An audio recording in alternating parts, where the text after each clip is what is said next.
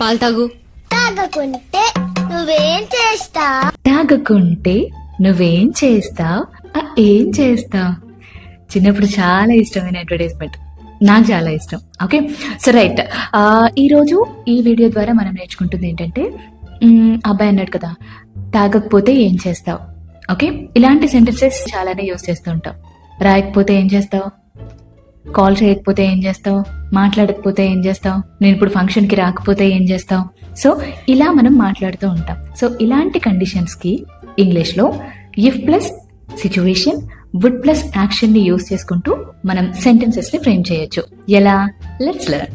ఇప్పుడు ఆ అబ్బాయి చెప్పింది ఒకసారి చూద్దాం. నేను తాగకపోతే ఏం చేస్తావు? What would you do if I don't drink?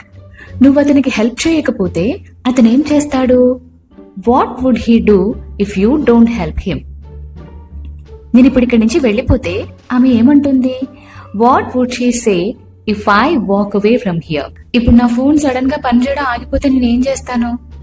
What would I do if my phone stops working suddenly?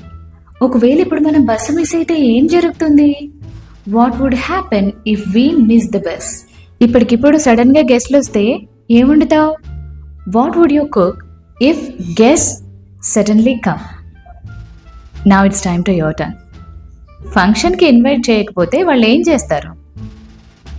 Let me know your answers in the comments below. And one more thing, from this May 1st on, we are going to start new online batches. Interested people can reach out to us. See you.